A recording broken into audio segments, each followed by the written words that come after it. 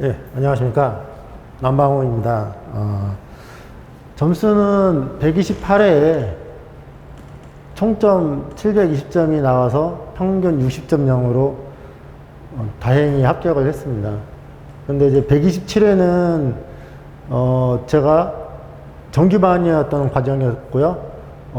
시험 보기 3주 전에 코로나에 걸려서 제가 학원을 못 나가고 혼자 공부하다 보니까 사실 평점이 55점을 못 넘었었습니다. 그리고 126회는 제가 이제 올해 들어서 기술사 공부를 해야겠다 생각이 들어서 공부를 시작하고 혼자 한 겁니다. 그래서 점수가 그렇게 좋지는 않습니다. 제가 이제 그 건축 시공 기술사를 공부를 하게 된 계기는 같은 분야에 있는 선배분들이 자격증이 있는 것을 보고 저도 공부를 해야겠다 이런 생각을 가지고 공부를 시작을 했고요. 그래서 올해부터 이제 공부를 시작을 한 겁니다. 그리고 공부는 이제 회사에 아침에 일찍 출근을 해서 보통 제가 1시간 반 정도 공부를 했습니다.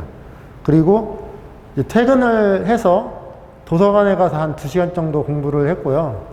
도서관이 한 10시 정도에 문을 닫으면 집에 와서 보통 한 2시간 더 해서 뭐 12시 반이나 1시까지 제가 공부를 했습니다. 그리고 이제 공부를 하면서 가장 어려웠던 점은 어깨에 통증이 좀 많이 왔습니다. 예, 오십견처럼 통증이 많이 와서 도수치료를 받으면서 공부를 했었고요. 그리고 회사 일과 병행을 하다 보니까 그런 점이 상당히 어려웠습니다.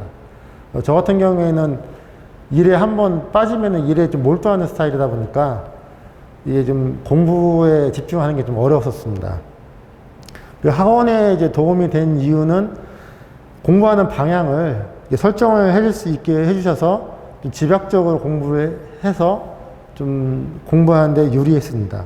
그리고 숙제를 지속적으로 내주시기 때문에 장판지도 암기해야 되고 또 여러 가지 숙제도 해야 되다 보니까 자기 통제에 대해서 좀 열심히 노력을 했던 것 같습니다. 그리고 모의고사반에서 이제 계속 시험을 보지 않습니까? 그럼 시험을 보기 때문에 계속된 긴장감을 가지고 제가 공부를 할 수 있었습니다. 이 시험지를 쓸 때는 저는 이제 탈현장화 공법 뭐 이런 거에 대해서 주로 많이 계속 썼습니다. 공통된 아이템으로 어떤 공정이든 간에. 그리고 스마트 기술에 대해서도 주로 썼고요. 그리고 이제 서로 간섭되는 공정이 항상 있다고 생각을 했기 때문에 어떤 공정이든 간에 간섭되는 공정에 대해서도 주로 쓰려고 노력을 했습니다. 제가 현장 경험으로는 주로 장비에 대한 이동에 대해서 또는 장비에 대해서 어떤 조치에 대해서 그런 걸 좀 주로 쓰려고 노력을 했습니다. 그리고 이제 학원에서 이제 그 알려진 폼대로 제가 했었고, 저는 그 아이템을 좀 많이 적으려고 노력을 했습니다. 예를 들어서 장점을 5개 적으면은 이제 현장에 대해서 또 어떤 유의사항이라든지 아니면 단점이 5개면은 장점을 한 뭐 7개, 8개 좀 하나씩 더 적으려고 좀 노력을 했었습니다. 그리고 이제 시험 보기 한 일주일 전부터는 제가 집중적으로 숫자를 좀 많이 외우기 시작했습니다. 왜냐하면 숫자를 좀 제대로 써야 조금 어필을 할 수 있지 않나 싶어서 숫자를 주로 외웠고, 그리고 그래프를 좀 많이 외웠습니다. 왜냐하면은 칸을 채워야 되니까 그래프를 통해서 좀 칸을 채우려고 노력을 했습니다. 그리고 포기하지 않고 끊임없이 노력을 한다고 하면은 언젠가는 본인한테 좋은 결과가 올 거라고 생각을 가지고 저는 계속적으로 제 마음속에 그 생각을 가지면서 공부를 했던 것 같습니다. 예, 이상입니다.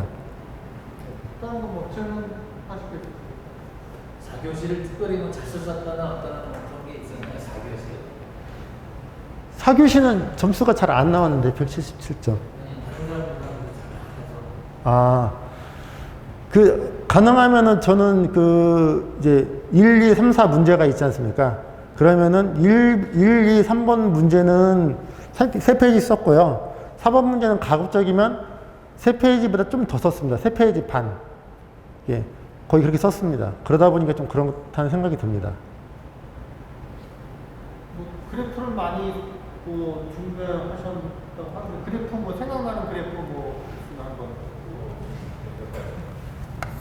그냥 공정 간섭이면은 가고 이렇게 와서 이렇게 간섭된다. 이런 그래프를 주로 이렇게 많이 그냥 활용을 해서 썼습니다.